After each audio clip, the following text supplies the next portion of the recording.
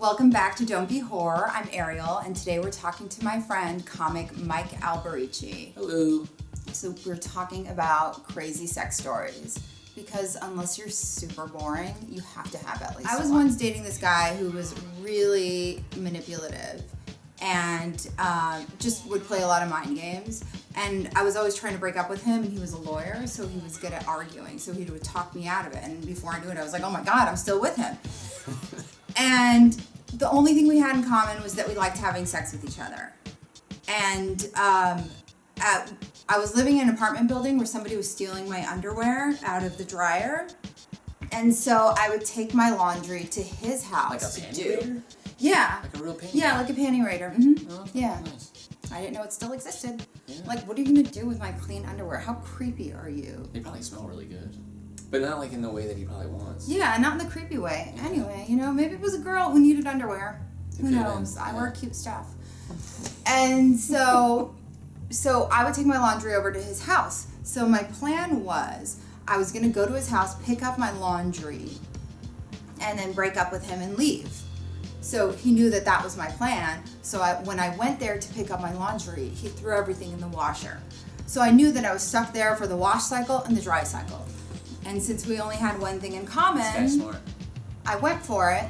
And in the middle of our sexy time, what position were you in? I turned to him. We were facing each other.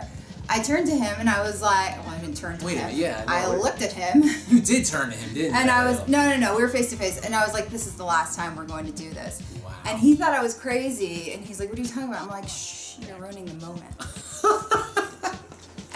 And he's still like, and he's, I'm like, either we're going to finish or we're not.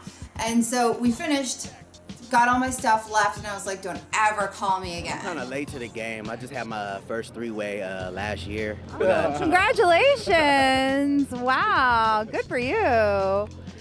Two girls or you two girls? Definitely girls. They were half-sisters. That is so disgusting. That is complete incest. Were they Yeah, that's so gross. Why do people always want to bang sisters? That's so disgusting. They're still blood. Did they make out with each other? Nah, they didn't do that. So they were both on you. I got most of the fun. Oh, so you were like you were the white in the Oreo. What's your craziest sex story?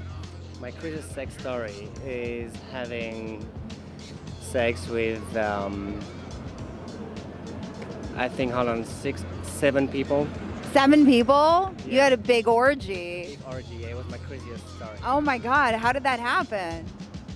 I'm French, first of all, so... Is that that's what just, in France, everybody just walks around having orgies. I didn't know, it's time to move to France. No, it's just, we have certain, libertine stuff, and then it's pretty easy to do that. In France... Did you know these people? How did the orgy start? Were you at a party and then everybody starts touching each other and then the clothes come off? Yeah, it's kind of... Or was it like a key party where everyone said, I'll take your wife? No, it's not really like this. It's kind of... Everyone wasn't very with each other. Everyone was single. Okay. And we kind of, one by one, and then, after a couple of drinks, and we just... Were you doing it on beds or on furniture? Oh, where can you logistically have sex with 8 people? Living room. Oh, that must have been a big living room. Lots of bodily fluids all over that living room. You put a black light on. We went to Thailand, and this is when I found out. With a lady man? Yes! Tell me yes! No. All right. There was a thing, it was called the Pussy Show. And we went into this, we literally came in this, I don't know. It was a show about cats? No. This was all women. And then, if you remember the scene from Rush Hour when Chris Tucker and Jackie Chan were in that building, and they saw all the girls behind the glass, and you can kind of pick whatever one. I got to do that. I was in the. So you got to pick a prostitute.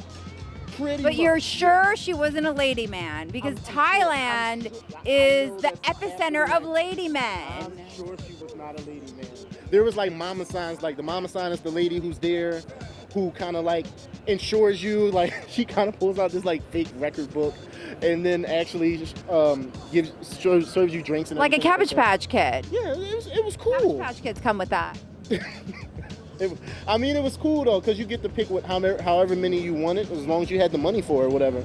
So, So you picked 17 of them. I picked 2. And I got this, what is called a soapy. Like you go upstairs in the room, and then you lay on the bed, and then the girl, she actually showers you first. Showers you, then she showers herself, and then she blows up this mattress, puts it on the ground. Does she moisturize you afterwards? A little talc? Yeah. But she ran So full service. Policeman catch me. Wait, what? Yeah. Oh, wait, you were in a car and a policeman caught you? Yes, I had. Did you get arrested? No, almost. But How did you not get arrested? Did you offer the policeman a blowjob? No.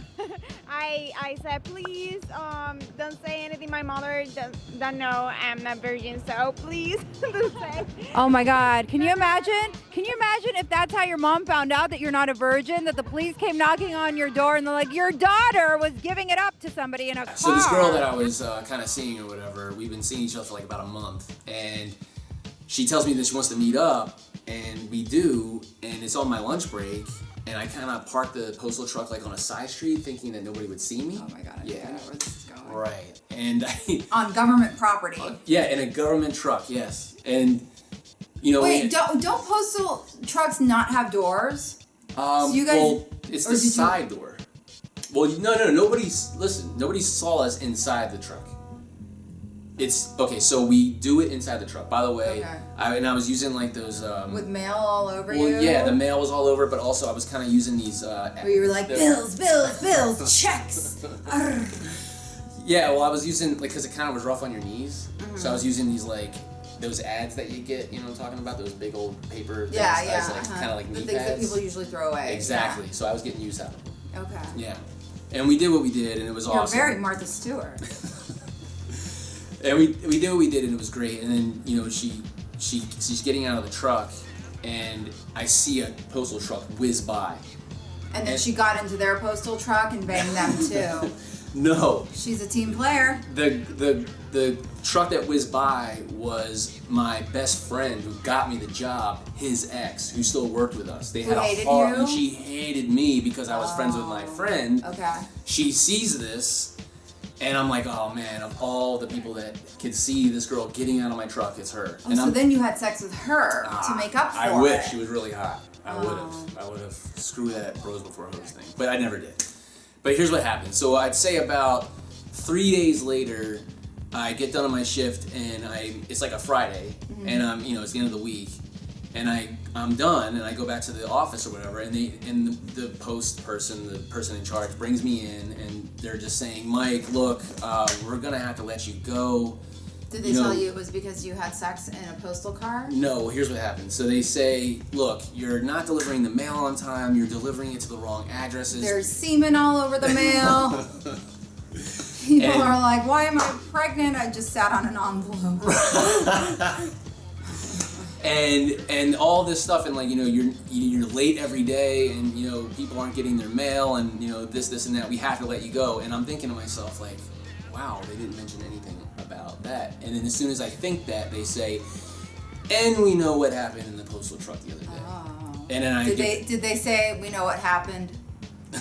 No, they were just Good job. It was kind of no, it was kind of like, and we know what happened. And no high fives. No high fives or anything. It was just How dare they? It was some old lady. USPS, I'm disappointed in you. Don't you want your employees to get laid on company time? So thanks for watching Don't Be Whore. You can always tweet me questions at Iranian Mermaid, or you can tweet Mike at Alberici1. And I'll see you next week. Don't be whore. See you guys.